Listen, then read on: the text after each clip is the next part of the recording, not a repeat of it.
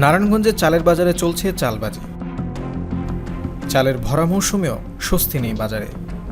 কোনো কারণ ছাড়াই ফের বেড়েছে চালের দাম।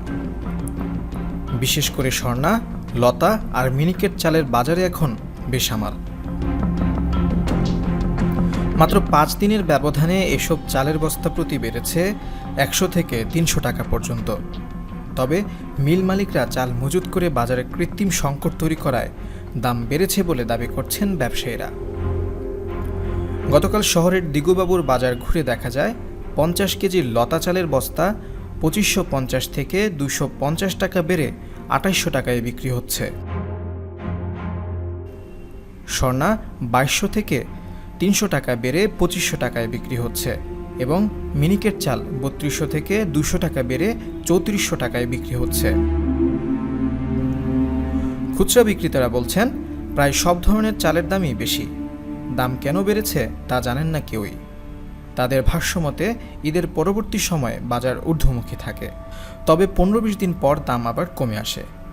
কিন্তু এবার এমনটা হয়নি, বরং উল্টো বেড়েছে। নিতাইগঞ্জের চালের আড়ত ও পাইকারি চালের দোকানগুলোর তথ্য মতে লতা চাল 50 কেজির বস্তায় 200 টাকা বেড়ে 2800 টাকায় বিক্রি হচ্ছে।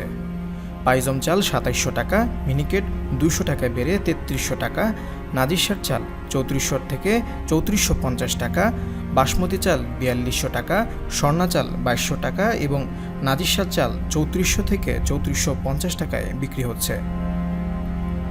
পাইকারি ব্যবসায়ীরা বলেন, সাধারণত নতুন ধান ওঠার আগ মুহূর্তে চালের দর কিছুটা বাড়তি থাকে, কিন্তু বৈশাখ জ্যৈষ্ঠ মাসে বোরো ধান উঠেছে। এবার ফলনও ভালো হয়েছে, কিন্তু নানা ফোন দিয়েছে চালের বাজার অস্থির করে তুলেছে সংঘবদ্ধ চক্র।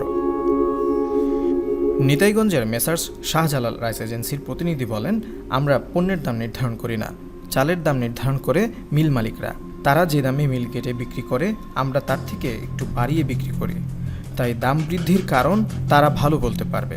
মেসার্স সিদ্দিকুর রহমান রাইস এজেন্সির ম্যানেজার শামসুল ইসলাম বলেন, একসময় ছোট ছোট মিলগুলো স্বল্প পরিসরে চাষিদের কাছ থেকে ধান সংগ্রহ করত। এখন বড় বড় কর্পোরেট মিলগুলো একসাথে বিপুল পরিমাণে ধান কিনে এবং মজুত করে। ফলে ছোট মিলগুলোর জন্য চাষিদের কাছে তেমন ধান থাকে না। ফলে ছোট মিলগুলোকেও কর্পোরেট মিলের দিকে তাকিয়ে থাকতে হয়। আর বড় কোম্পানিগুলো তাদের মজুত করা চাল নিজেদের সুবিধা অনুযায়ী বাজারে বিক্রি করে।